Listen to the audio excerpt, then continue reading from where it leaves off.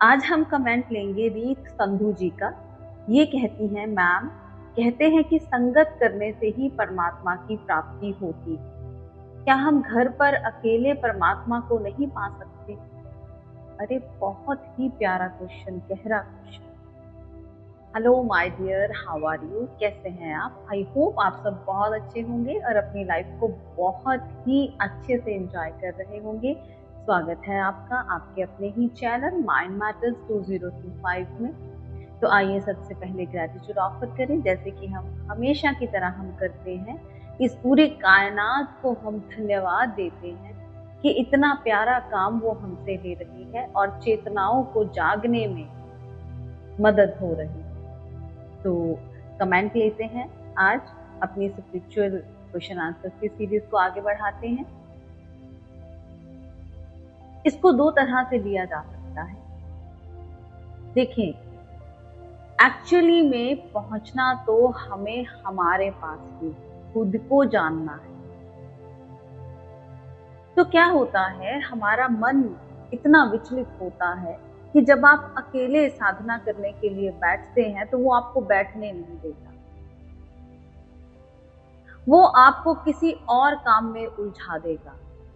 क्योंकि जब आप ध्यान साधना में बैठेंगे तो मन की मृत्यु होगी, मन मरना नहीं, जिस वजह से वो आपको किसी ना किसी और काम में इन्वॉल्व कर देगा या थॉट्स में इन्वॉल्व कर देगा। लेकिन कुछ ऐसी सोल्स भी होती हैं जो बहुत स्ट्रांग होती हैं, जो अकेले बैठती हैं और निर्विचार हो जाती हैं। और जब विचार या तो निर्विचार हो जाए या फिर विचारों को देखने वाले दृष्टा बन जाए, काम हो गया। जाना तो हमें एकांत में ही है। तो आप अपना टाइप देखें। अगर आपको अकेले बैठकर थोड़ा मुश्किल आ रही है, मन ज्यादा प्रॉब्लम क्रिएट कर रहा है, तो थोड़ी देर के लिए आप संगत में जा सकती हैं। अब वहां क्या होता है, जहां पर साधना चल रही है वहां पर सारा पूरा का पूरा ग्रुप जो है वो साधना कर रहा है। तो पूरे ग्रुप की जो वाइब्रेशंस हैं, जो माइंड सेट है, वो आपको हेल्प करता है। लेकिन वहां पर भी साधना करने के बाद आपको आना अपने आप में ही है। वहां भी अगर आप साधना कर रहे हैं तो वहां अगर आप खुद से नहीं जुड़ेंगे, बाकी के सारे लोगों को देखते रहेंगे, तो कोई फायदा नहीं होगा। चाहे आप जितनी देर मर्जी कैंप्स अटेंड करते रहें, लोगों में जाते रहें, कोई फायदा नहीं।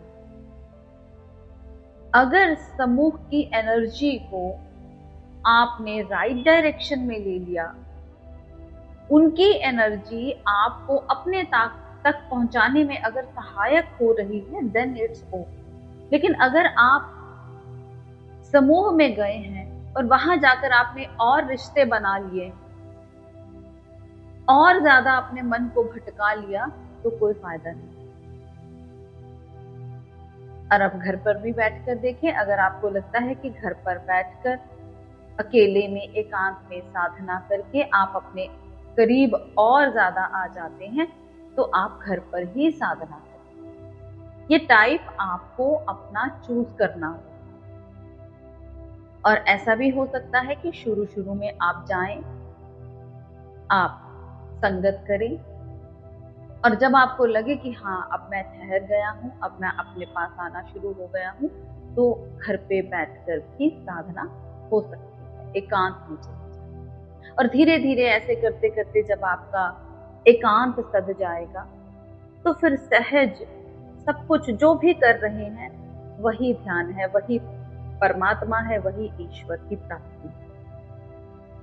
ईश्वर कभी भी बाहर आपको नहीं मिलेगा। चाहे आप समूह में साधना करें, चाहे आप एकांत में साधना करें, ईश्वर तो आप खुद ही हैं।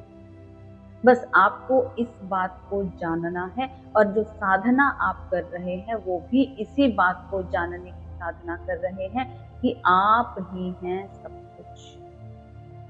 तो आपको अपने ऊपर श्रद्धा करनी है। हम दूसरे के ऊपर तो श्रद्धा कर पाते हैं, गुरु के ऊपर श्रद्धा कर पाते हैं, खुद के ऊपर नहीं कर पाते। यही वजह है कि जन्मों जन्मों लग जाते हैं और हम उस ईश्वर परम पिता परमात्मा को पा नहीं पाते। कैसे पाएंगे? वो तो आप में ही बैठा हुआ। आपको अपनी लेयर्स को क्लियर करना है और उसको जानना है, पहचानना है।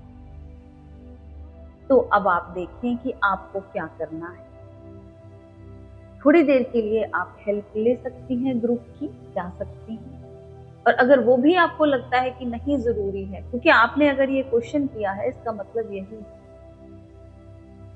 कि आप अकेले साधना करना चाहती हैं, तो बिंदास कीजिए, खुशी से कीजिए, मस्त रहें, स्वस्थ रहें।